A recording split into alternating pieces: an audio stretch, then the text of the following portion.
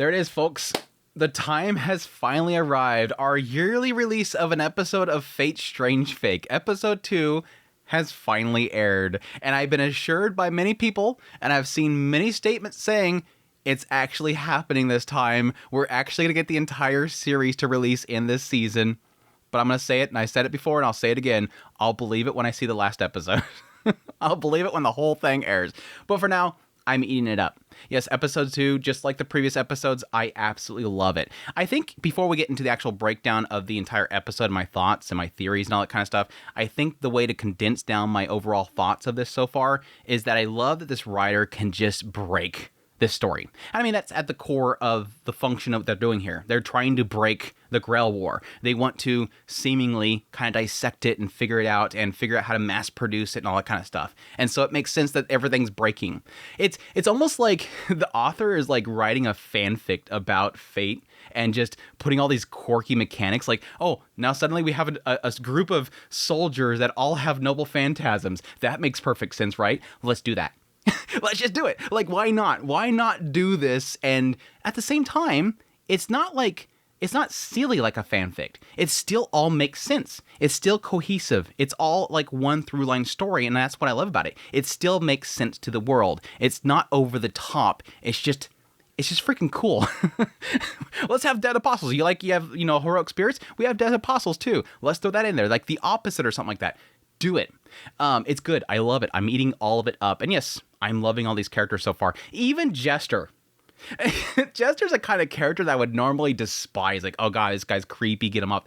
He's working. Like, this dude just shows up. He's like, oh yeah, here's your arm. You want that back? Here, let me lift up this massive bench just to show you how weak you are. He's great so far. I'm liking his, even though he's extremely creepy and I don't like him in that regards, he's still entertaining and that works out. But anyways, let's get the episode proper. I want to, split this up into a few groups here. One being Gilgamesh, one being Ayaka, and one being Orlando. Let's start off with the first part really is Gilgamesh. So far we have is Gilgamesh going to the casino, even though they're not supposed to be.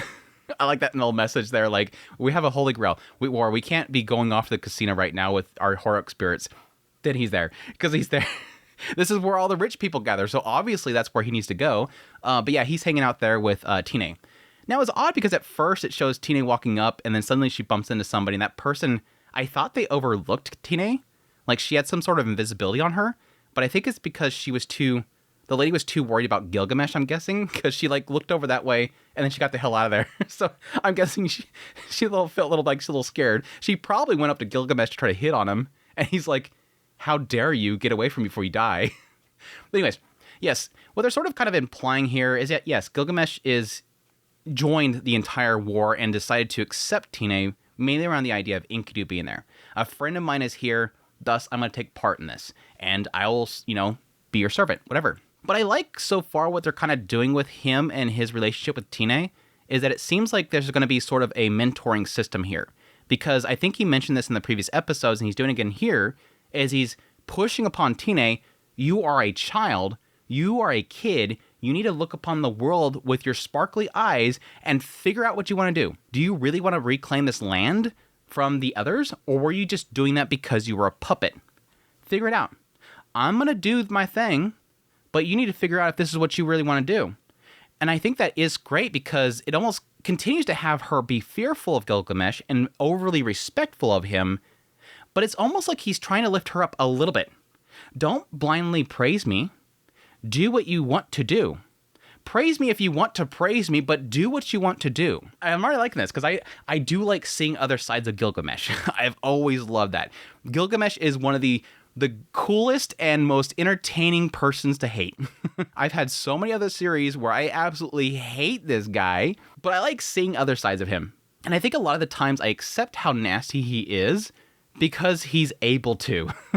He's able to be pompous. He's able to be badass. He's able to be full of himself. He's able to be narcissistic. But anyways, I do like this so far. But yes, them aside, let's get into Ayaka and Saber, or as Francesca seems to be believing, Arthur. At some point, Francesca says that it is Arthur. Now, my theory currently with that is because I think when Saber first showed up, Francesca seemingly seen Arthur, or at least there was a vision there. And so I'm thinking that she probably believes that this is Arthur, somebody that seems like she really badly wants to see her suffer for some reason. I'm curious why that is. But I think my current theory is that Arthur is going to be inside of this saber. That this isn't going to be Arthur Pendragon, but that she's going to be inside of this saber. And that sort of kind of hinted at more for me because later on, he sort of talks to somebody. He's like, well, you should have told me that earlier. I would have just cut down the door or whatever. And she's like, wait, who are you talking to? Yeah, just think that I'm talking to myself. Like, he doesn't even want Ayaka to know this. Which, again, does make sense because a lot of these servants don't want people to know their identity. And in a lot of cases, they don't even want their masters to know their identity. And so Saber is going to obviously keep his identity a secret as well, because once you know about who their identity is, you can use that information against them. You can potentially theorize what their noble phantasm is going to be, all that kind of stuff, for those that are not familiar with the Fate series. So that's my current theory going on there. But anyways, I did like the whole interrogation segment. Saber basically just flexing to the guys. I can leave whenever I want. I'm just here because I want you to clear her name. I'll pay for the opera house. What about the guy dead? Oh, I had nothing to do with that. I'll pay for the opera house. Oh, I can make money. You want to be like an investor or whatever? I could do a magic trip, disappear, come back. Oh, yeah, there you go. I could wipe you guys out, by the way. It was a really good little segment there. But on Ayaka's side, of course, she's being traumatized by the whole situation. It seems like she does, or they imply, at least through Orlando, that she has some sort of like fuzziness happening to her because of some sort of hypnotism that has done to her. I'm not sure if that was specifically for what happened in the previous episode when Saber was summoned, or if they're implying the whole process in which she has been, made a servant by the Einsburn, seemingly. I'm kind of curious there. But anyways, cut to her cell. She's still being haunted by something. Again, it could be her experience with Assassin just previously, or potentially something else that's haunting her still. But then Saber walks in. Yeah, if you're not my master, then I'm going to keep following you around. Can you please leave me alone? I kind of can't. That little tattoo there, yeah, it's got like my channeling coming from there. So I kind of have to follow you because you're technically my master. And if you die, I don't get mana from you and thus I disappear. So I kind of have to follow you. Which is interesting because it's implying that she's not a mage. But yet she has this tattoo, this mark on her that may have been given to her by the Einsburns. And I'm trying to remember if the Einsburns were even mentioned in the previous season or if maybe I just assumed that was going to be the case. Because it kind of looked like they were a bunch of homunculi from the Einsburns. But either way, it's all kind of seemingly implying that she has been given the command seals. Like the role of a master has been essentially forced upon her, even though it doesn't seem like she wants to. Now, the question mark for me personally is going to be, is she sort of a manufactured master? Like somebody that normally wouldn't be a master, like it's not a mage? Or if potentially she's serving as a proxy for somebody else. That would be interesting. Like the Einsburns themselves technically are serving as the master, but they're sending mana through Ayaka, and she's serving as sort of just somebody to be in the in-between. And if she's killed, the servant doesn't go away. It just goes and connects to the original person, the actual master. That would be interesting. I mean, they sort of did something similar to that in Fate Zero, so it wouldn't be too shocking there. Not the same thing, but something similar. Having somebody serve as a proxy. But anyways, yes, the whole explosions happen upstairs. They go to leave the room, and then that whole comment made by Saber about, talking to somebody, and then I'm talking to myself, which again, I'm thinking is probably Arthur Pendragon inside of him. There was a mention there about magic versus magecraft, and the idea that magecraft itself is something that he didn't design, that's something that's given to them, something that is only kind of to the servants themselves, not something they would normally have. But yes, the rest of the episode is around Hans, who went to see Gilgamesh first, kind of said that I'm going to be an observer. Then he went over and seen Orlando, said, hey, I'm the observer. Can I see your servant? How much does the church know? This is sort of the church kind of flexing at Orlando, saying, hey, yeah, y'all think you have us tricked. Y'all think you're hiding this stuff, but yes, we know what's going on, and we're observing it. But as per usual, for the overseers at the church, they're never just watching. They're never just watching. But yes, as I have that conversation and throwing a couple threats back and forth, Hanser mentions the fact that, you have 30 unnatural personnel in this organization. Now, I think that was 30 individuals that are at Orlando's side. I think they showed 30 in that room back in the previous episodes. But all the individuals that have the noble phantasm, I'm assuming that's the unnatural personnel that are at his side. I'm kind of curious if they're actually human. Now, granted, later on, Jester says they're human, but yeah, during the fight that comes up in a minute, it does imply that all these individuals at least have noble phantasms because of Castor. Castor is giving them that. He says, yes, all servants have noble phantasms, but I'm going to change things. And he's flipping around a pin. So I'm assuming this Castor has the ability to write things into existence. And so again, I'm curious if he's writing these individuals to be appearing with noble phantasms, or if he's just writing that all these soldiers at Orlando's side all have noble phantasms. Why not?